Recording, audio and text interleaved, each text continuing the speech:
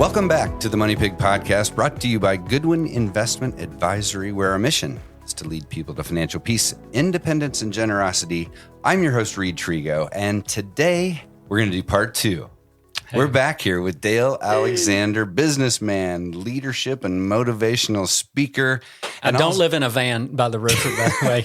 Yeah. If you're over 40, you'll understand that. Yeah, he lives in a van down by the river. It's a nice river, though. And he's also the newest member of the Goodwin Investment Advisory's Investment Committee. So I think you have an honor meeting next month. And everybody's excited it's an honor to have you here for that. So just last podcast was really great.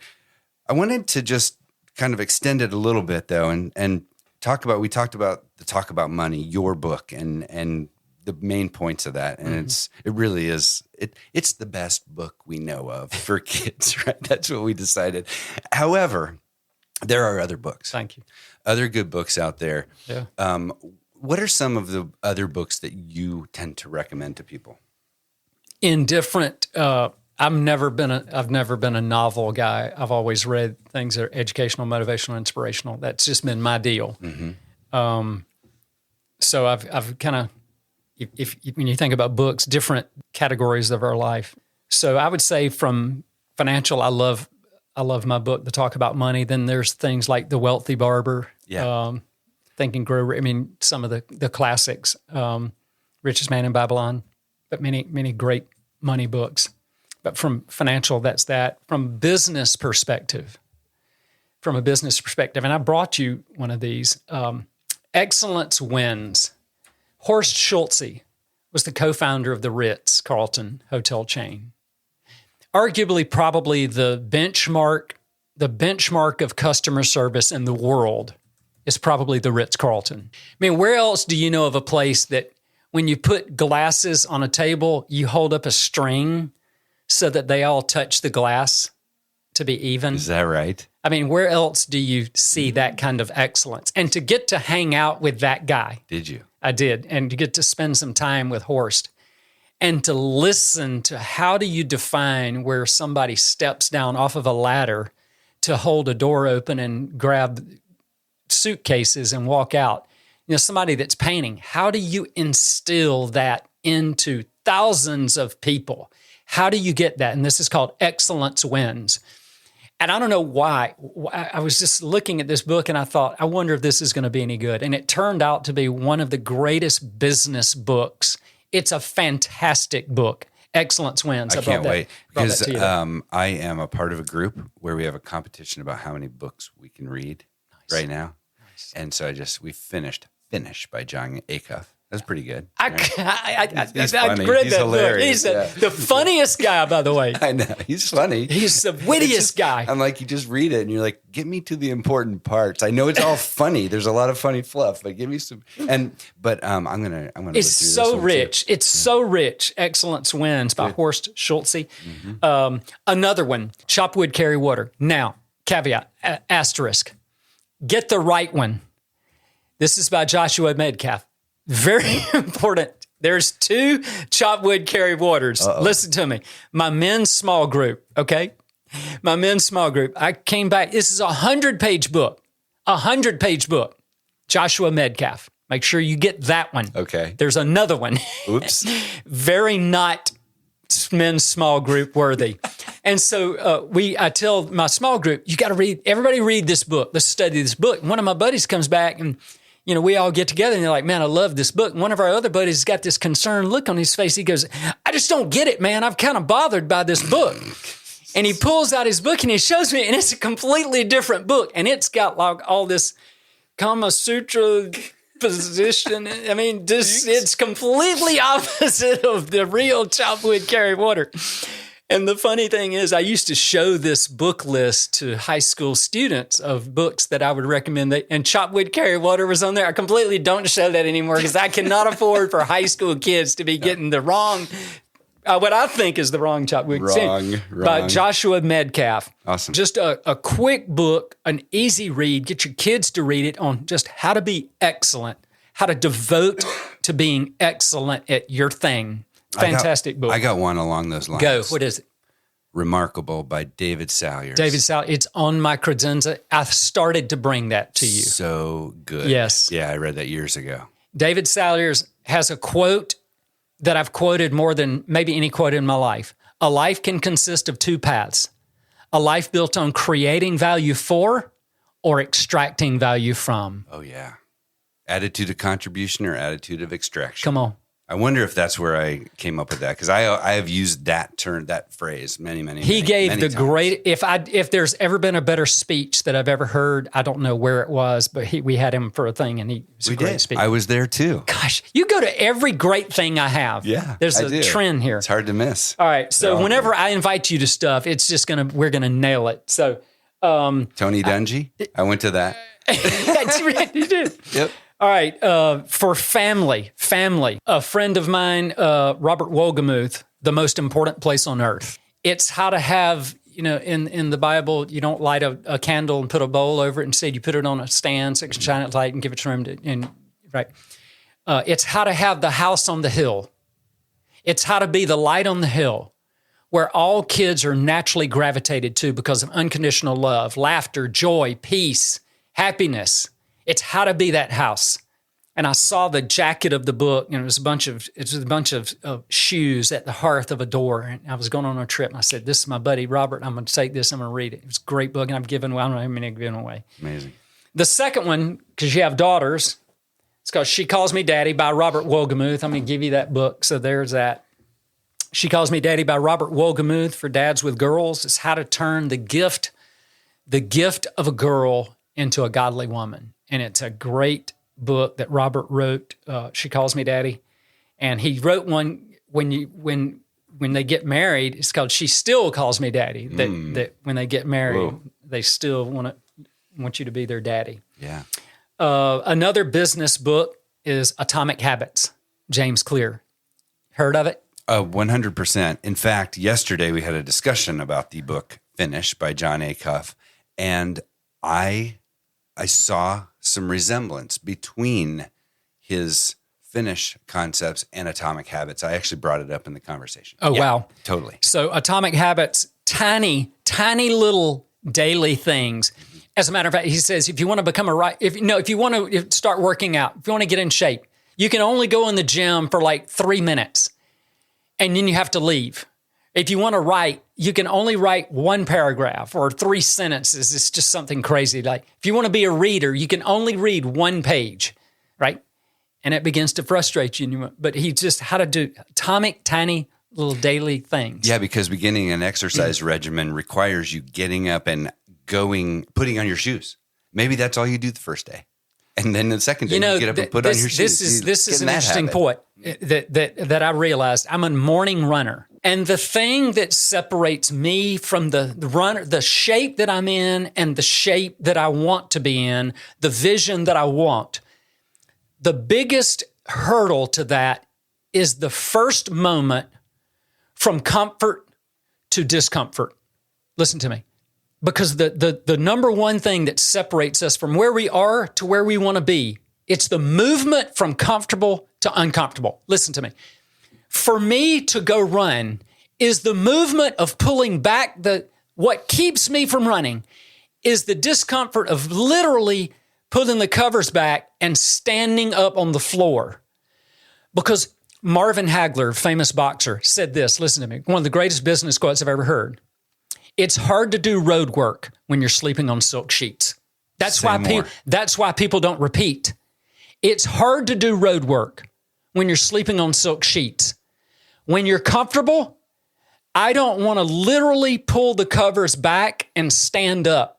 It's warm under here. It's comfortable. But when I stand up, Reid, when I walk in the bathroom and start putting on my clothes, this is what Atomic Habits, he says, set the clothes out the next morning. It's on, and you do it, and you never regret it. But the difference from moving from comfort to discomfort, if you're an afternoon and you come home after work, just the movement of being in the kitchen versus walking upstairs and starting, that's what keeps you from having the health, the marriage, the whatever that you want and where you are. It's the movement from comfort to discomfort.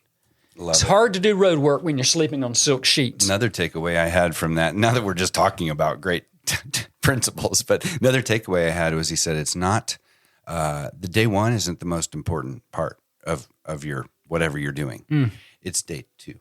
It's coming back, because what happens is when we miss day two, the perfectionist in us says, well, I guess it's over. I guess I'll wait till next January 1st to start my, right? It's like the second day. That's the day you got to watch. Andy Stanley said, random doesn't accumulate, regular does. Ooh, yeah. Random doesn't accumulate, regular does. You can't diet, 3 days, go off one, come back. Random doesn't accumulate, regular does. Can I give you another book that my son read? And I remember him loving it. Greatest Salesman in the World. Remember that one?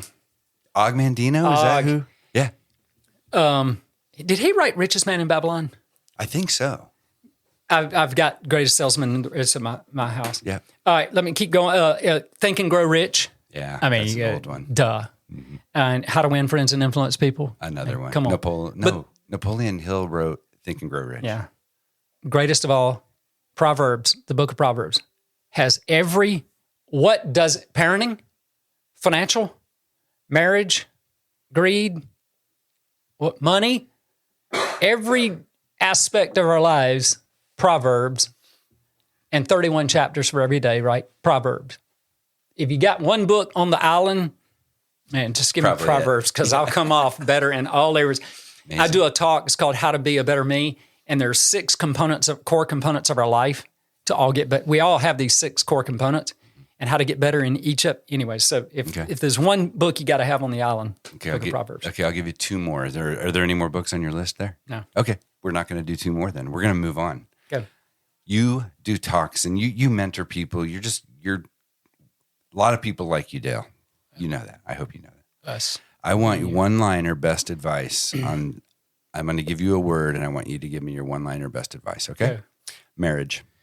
To me, success in my marriage is having the affection and admiration of my wife, the obedience and love of my children, the pride of my parents, and the respect of my friends and colleagues.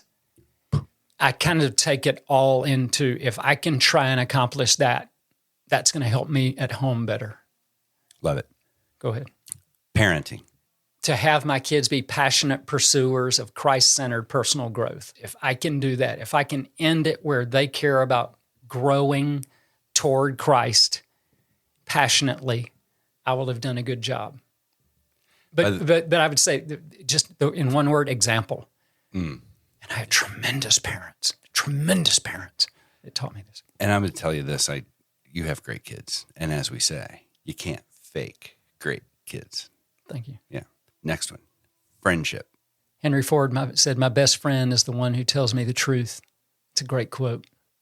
Like even when you don't want to hear it? Sure. I mean, and that's hard, man. But aren't those the ones that we really know love us the most? Mm-hmm. Tell us the realest. All right. Best one-liner advice on business. Try and give more than you take. The more we've tried to give, the more we've seen come back. I've seen in my life. The attitude of contribution Absolutely. Rather than an attitude of How extraction. much more can you give away? It's opposite from what the world says. If I give more, I'll lose more. I'll have more go out. It's not true. I've never seen that in my life. I was talking to a small business owner this week. They had opened up a print shop, sign shop. She said, well, when we first opened up, we gave away, I think it was a raffle. They could get 25 T-shirts. We would screen print them for them. They did it.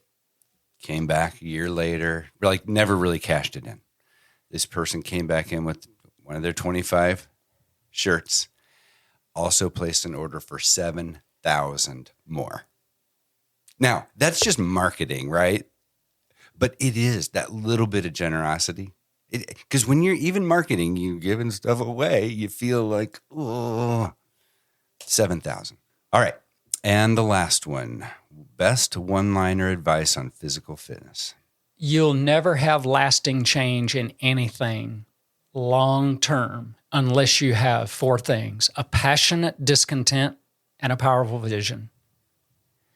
in anything long-term, you will never have lasting change. You can have short-term change, but not lasting change unless you have a passionate discontent and a powerful vision until you get mad enough. I can be mad, but until I'm mad enough, I'll never do anything about it. But when I get mad enough and I don't have a vision, I'm frustrated. Why am I working out? Why did I stop smoking? Why did I stop drinking? But when you have a powerful vision, because the doctor said, if you take one more drink, if you take one more cigarette, you won't see that grandchild get married. I can stop overnight. Now, when I get mad enough and have a vision, nothing can stop you. You've seen the examples of people that just go cold turkey and completely change their life. They got mad enough, but you've got to know what's out there or you're just frustrated. So if you want a better marriage, if you want a better fitness, if you want a better relationship, if you want a better work, you've got to be mad enough. And then you reach a tipping point. But you have to know what's out there or you're never going to sustain it. And I would say in fitness, among many things, you've got to have a vision, get a picture of somebody you want to look like or a picture of your family that's why I want to stay here, right? Amazing. Dale, it is always great to have your words of wisdom. Yeah, it's a blast, right? It's been great. Dale's been around, like I say, been kind of a mentor. I think Tim Goodwin would consider you a mentor. I would consider you that. And same here. It's good to it goes both ways. Yeah, they say it's good to have friends who aren't impressed with you. But I feel like we're friends, and I'm still impressed with you. Likewise, man. And you sharpen iron. Yeah, there you go. So, typically I close with a little statement about what we do here at GIA, and it is true that as financial advisors, we manage and rebalance portfolios. But the unique value that we offer is that we work to understand our clients' actual individual goals, so we can have planning conversations. But as well, what we want to do is bring really valuable content that is helpful for people. And so I hope that between these two episodes we've done with Dale, that maybe in the first one with the Talk About Money book, that that's something you can help employ in a child or your grandchild or your neighbor's kids. And then today I just thought good advice from Dale and some other book resources. So Dale, thanks so much for being here.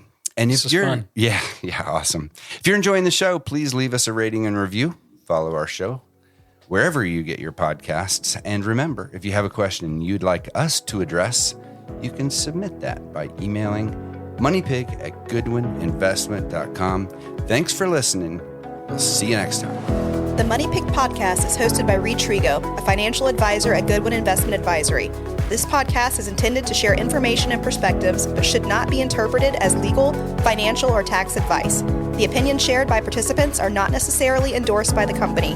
Goodwin Investment Advisory is regulated by the SEC, and the company operates in compliance with applicable securities laws and regulations.